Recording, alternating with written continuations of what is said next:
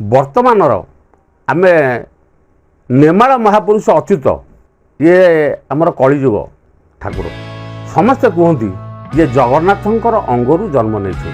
ତେବେ ନେମାଳ ମହାପୁରୁଷ ଅଚ୍ୟୁତ ସତ୍ୟ ଯୁଗରେ କ'ଣ ଥିଲେ, ତ୍ରେତୟାରେ କ'ଣ ଥିଲେ, ଦ୍ୱାପରରେ କ'ଣ ସେ ଭାରା ନିବାରଣ ପାଇଁ ଯେତେବେଳେ ଠାକୁର ସବୁ ଅବତାର ନିଅନ୍ତି ସତ୍ୟ ଯୁଗରେ ନେଇଥିଲେ, ତ୍ରେତୟାରେ ନେଇଥିଲେ, ଦ୍ୱାପରରେ ନେଇଥିଲେ, ଆଉ କଳିରେ ମଧ୍ୟ ବି ନେଇଛନ୍ତି।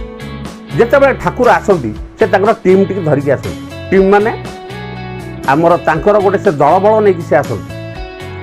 ଆମର ନେମାଳ ମହାପୁରୁଷ ଅଚ୍ୟୁତ ଯେତେବେଳେ ସତ୍ୟ ଯୁଗରେ ଆସିଥିଲେ, ସତ୍ୟ ଥିଲେ କୃପା ଜଳ ବାମନ ସଙ୍ଗତେ, ତ୍ରେତୟାରେ ନଳ ନାମ ରଘୁନାଥ ସାଥେ, ଦ୍ୱାପରରେ ସୁଦାମା ଯେ ପୁଅ ନାମ ଥିଲା, କଳି ଯୁଗେ ଜଗନ୍ନାଥ ଅଙ୍ଗରୁ ଜନ୍ମିଲା। ଯେତେବେଳେ ଦ୍ୱାପରରେ ଆସିଲେ ତାଙ୍କ ନାମ ଥିଲା ହେଉଛି ସୁଦାମ। ସୁଦାମ ସୁବଳ ଏଇ ଯେଉଁ ଟିମ୍ଟି ଥିଲେ ସେ ଯୁଗେ ଯୁଗେ ଏଇ ଟିମ୍ ନେଇକି ହିଁ ଆସିଛନ୍ତି। ଭାରା ନିବାରଣ ଅର୍ଥେ ଠାକୁର କେବେ ଏକୁଟିଆ ଆସିନାହାନ୍ତି ଏବଂ ସେ ତାଙ୍କର ଦଳବଳ ସହିତ ସେ ଆସିଥିଲେ। ଏଇଭଳି ହେଉଛି ଆମର ଅଚ୍ୟୁତଙ୍କର ପୂର୍ବ ନାମ ସବୁ। ଜୟ ଜଗନ୍ନାଥ।